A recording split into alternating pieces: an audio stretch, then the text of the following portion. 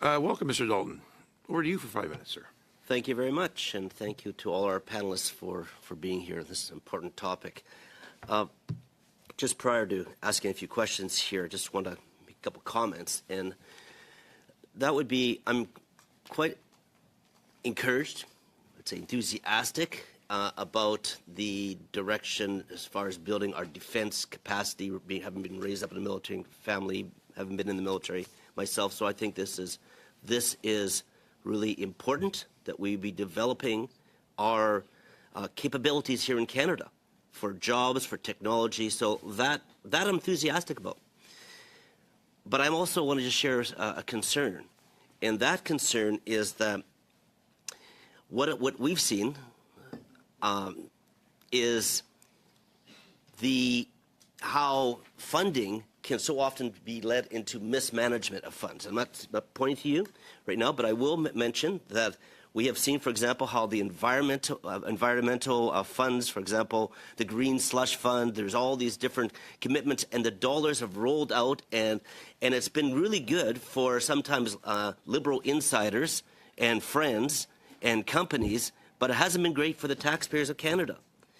And we've seen that also with the COVID contracts, with apps, for example, being made, with the ArriveCan app, with ventilators. We've seen all sorts of technology money thrown out hand over fist with very poor results. And that's the concern that I do have. And so I'm not pointing any fingers here.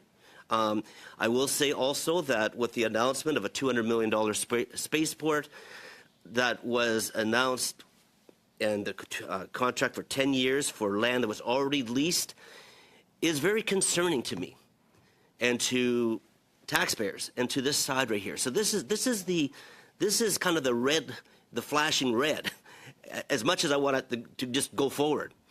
And so I know that Mr. Alzane, you mentioned that building real business not dependent on grants, which can get really, accountability issues. It can get pretty sloppy, but it's important. And also having defense contracts, not just based upon Canadian defense contracts, because that's boom or bust, right? We've always seen that, whether it's shipbuilding or wherever else. So that's important. So I guess just that comment.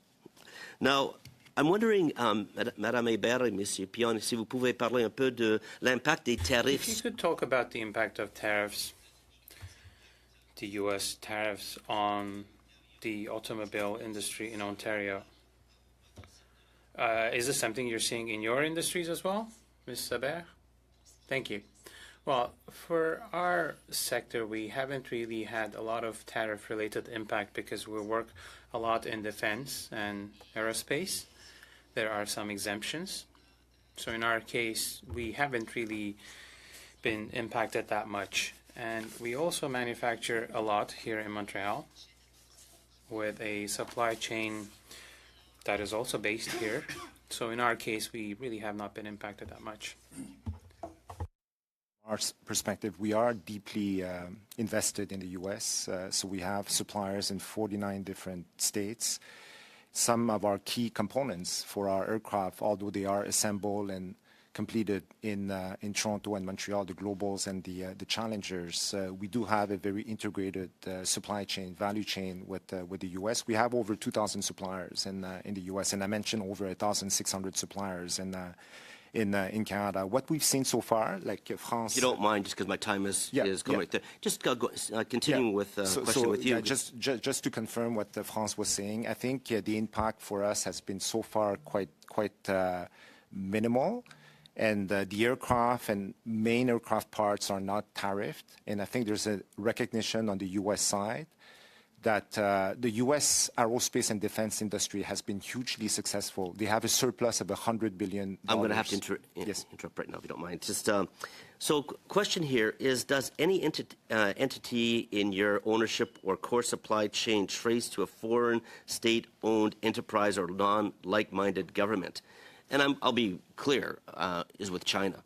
There's a concern. I mean, it's important to have trade relationships, but technology. So do you see that? Maybe I can just really quickly say yes, no, or go ahead. Yes. Yep. Not that we know. Okay. No, So, all right, those are good things. And it looks like my time is probably up.